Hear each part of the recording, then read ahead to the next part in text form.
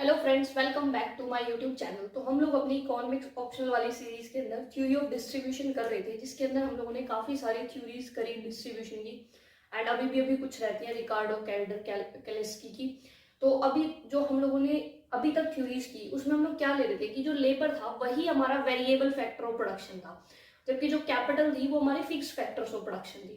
ठीक है, अब हम इस जो अजम्पशन है इसको अब हम रिलैक्स करेंगे। ठीक है, तो इस अजम्पशन को हम लोग रिलैक्स करेंगे और हम मानेंगे कि जो अब हमारा लेबर है वो अकेला ही वेरिएबल फैक्टर ऑफ प्रोडक्शन नहीं है, हमारे और भी बहुत सारे वेरिएबल फैक्टर्स ऑफ प्रोडक्शन है। ठीक है, तो ये अब हम लोग अजम्पशन लेके चलेंगे। मॉडर्न थ्योरी ऑफ डिस्ट्रीब्यूशन भी बोलेंगे इसको।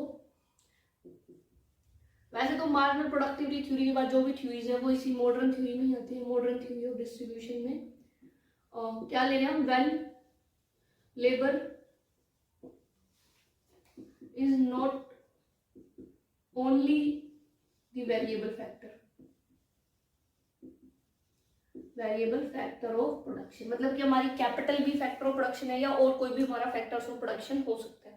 ठीक है, तो अभी तक हम लोगों ने देखा कि जब भी हमारे वेज के अंदर चेंज आता था तो लेबर के एम्प्लॉयमेंट में चेंज आता था। ठीक है, चाहे वो वीएमपी कर वो एमआरपी हो, मान लो ये वीएमपी कर रहा है, तो अगर हमारी ये वेज है, हमारी इतनी लेबर एम्प्लॉय हो रही है, वेज कम हुई तो एम्प्लॉयमेंट बढ़ गई, वेज ज्यादा हुई तो एम्प्लॉयमेंट कम हो गई। तो जब भी हमारा वेज के अंदर चेंज आ रहा है तो change in wages brings some changes into the labour employment.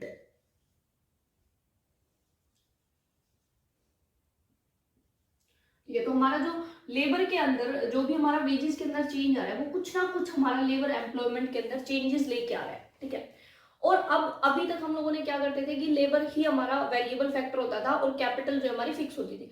लेकिन हम कह रहे हैं कि अब हम जो है कैपिटल भी हमारा कैसा फैक्टर ऑफ प्रोडक्शन है? वेरिएबल। जैसे कि सपोज आप एक मार्कर का प्रोडक्शन कर रहे हो। ठीक है, अभी तक आपके पास ऑप्शन था कि आप सिर्फ लेबर को ही एम्प्लॉय कर सकते थे, तो अगर वेजेस सस्ती हुई तो आप ज्यादा लेबर एम्प्लॉय कर लेते, वेजेस अगर महंगी है तो आप कम लेबर ले आते। ठीक है, तो यही चलता था। और जो आप जमीन वगैरह यूज कर रहे हो या जो मशीन यूज कर रहे हो जो बनाने में, वो आपकी फिक्स थी, उसको आप चेंज नहीं कर सकते थे। लेकिन अब क्या हुआ, अब लेबर अब जो है वो वेरिएबल है मशीन। तो मान लो अगर अब लेबर सस्ती हो गई और आपके मन में ये आ सकता है कि यार अब मैं बहुत सारा प्रोडक्शन करके रख लेता हूँ क्योंकि कॉस्ट कम है, इन फ्यूचर तो कॉस्ट बढ़ सकती है। ठीक है, तो आप हो सकता है एक दो मशीन ज्यादा भी खरीद लो और लेबर भी थोड़ी और ज्यादा लगा दो, जिसकी वजह से आपका प्रोडक्शन पहले की कंपैरेटिवली और बढ़ जाए। ठीक है, तो हम लोग वो काम भी कर सकते हैं। ठीक है, कि हम लोग अब कैपिटल में भी चेंज लेके आ सकते हैं। तो इसकी वजह से अब हमारा जो डिमांड कर्व है लेबर की वो चेंज होगी। ठीक है, वो कैसे चेंज होगी?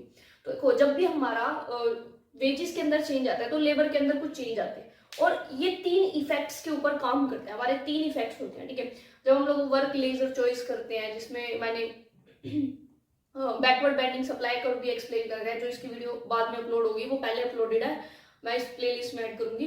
ठीक है, जैसे या फिर हम यूटिलिटी वाले में जब हम इफिशिएंट सब्स्टिट्यूशन इनकम इफेक्ट देखते हैं, तो इस तरह सब्स्टिट्यूशन इनकम इफेक्ट बहुत सारे इफेक्ट हमारे काम करते हैं। तो ऐसे ही इस वाले के अंदर भी हमारे इफेक्ट काम करते हैं, जैसे कि सब्स्टिट्यूशन इफेक्ट, आउटपुट इफेक्ट और प्रॉफिट इफेक्ट। ठीक है, प्रॉफिट मैक्सिमाइजेशन इफेक्ट, तीन इफेक्ट हमारे काम करते हैं। जैसे कि सपोज अगर वेजेस डिक्लाइन हुई तो हमारा तीन इफेक्ट काम करेंगे।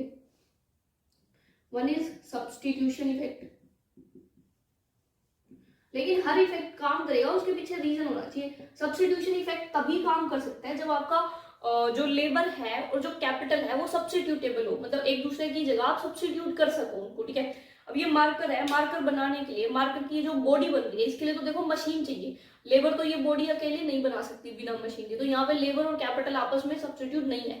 तो आप कोई भी ऐसा बिस्किट बनाना है तो बिस्किट तो लेबर भी बना सकती है और बिस्किट हमारी मशीन्स भी बना सकती हैं, तो वो सब्स्टिट्यूट कहीं ना कहीं एक दूसरे को करते हैं। तो जब फैक्टर्स ऑफ प्रोडक्शन सब्स्टिट्यूट हो सकते हैं, एक दूसरे की जगह यूज हो सकते हैं, तभी हमारा सब्स्टिट्यूशन इफेक्ट काम करता है। ठीक है, नेक्स्ट हमारा आता है आउटपुट इफेक्ट,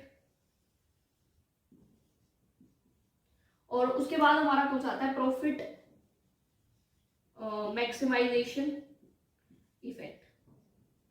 ठीक है, जैसे कि मैंने मार्कर का एग्जांपल लिया, जस्ट अज्यूम कि आप इस बॉडी को बनाने के लिए लेबर और कैपिटल दोनों को सब्स्टिट्यूट कर सकते हो, एक दूसरे की जगह लगा सकते हो। ठीक है, अभी तक मान लो आप लोग दो मशीन और दो लेबर लगा रहे थे। अब जैसे ही आपको पता चला कि लेबर सस्ती हो गई है, ठीक है, मशीन उसी रेट में मिल रही है, लेबर आपकी सस्ती हो गई है, तो आप क्या सोचोगे कि मैं मशीन को कम यूज करके, ठीक है, मैं लेबर को ज्यादा यूज करता हूँ क्योंकि मुझे मशीन तो महंगी पड़ रही है और लेबर सस्ती पड़ रही है, ठीक है। तो सब्स्टिट्यूशन इफेक्ट में आप क्या करोगे कि जैसे ही आपकी वेजेस, सॉरी डिक्लाइन हम लेके चलते हैं, तो वेजेस जैसे ही आप लोगों की डिक्लाइन हुई, ठीक है, वेजेस जैसे ही कम होगी, तो हम लोग सब्स्टिट्यूशन इफेक्ट में क्या करेंगे, हम लेबर को बढ़ा देंगे और कैपिटल को कम कर देंगे क्योंकि हमें लेबर सस्ती पड़ रही है, ठीक है। तो हम लोग क्या करेंगे, हम लेबर को इंक्रीज करेंगे और कैपिटल को डिक्रीज, सॉरी।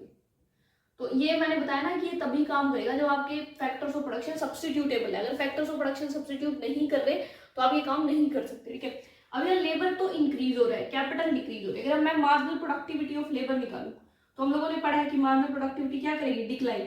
तो जैसे जैसे लेबर बढ़ती है marginal productivity of labour decline करती है, तो एमपीएल क्या होगा, डिक्लाइन, ठीक है। दूसरा ऑप्शन मैंने लिया कि आउटपुट इफेक्ट। अब आपके मन में आया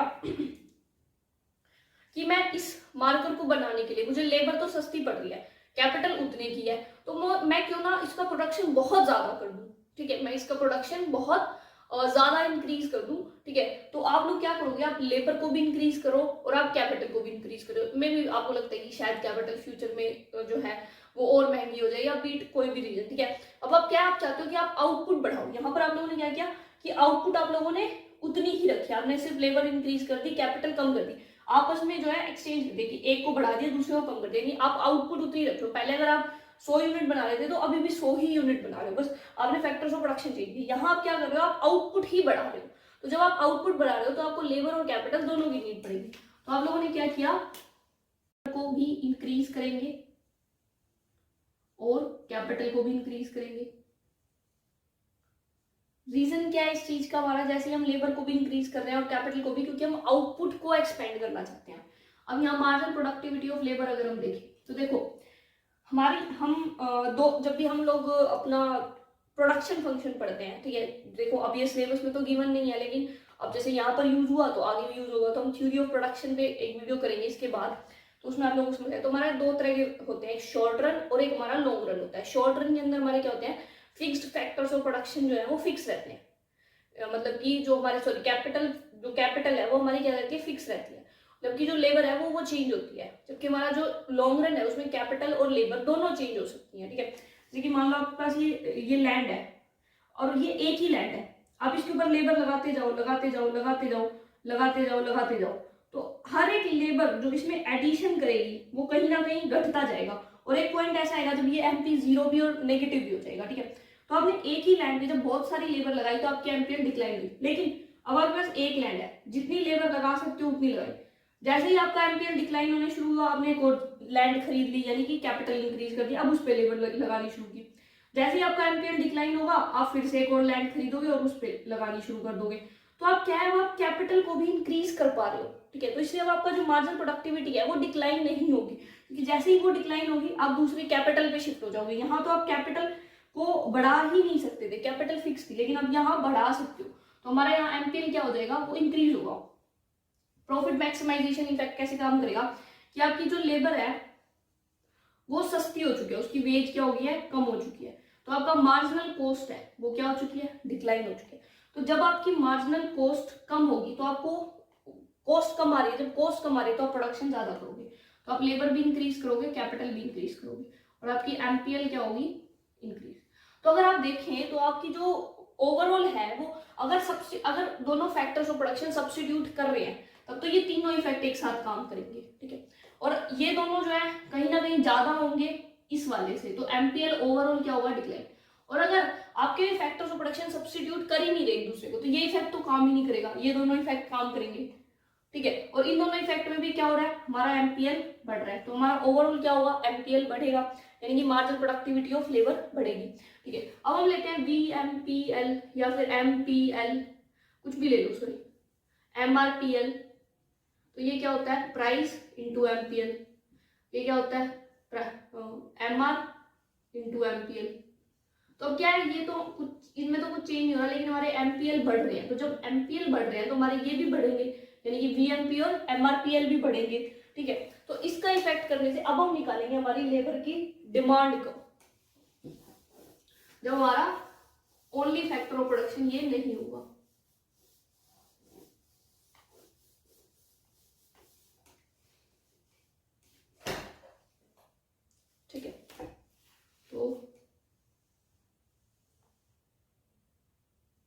यहाँ पे हम लेबर लेंगे और वेजेस लेंगे।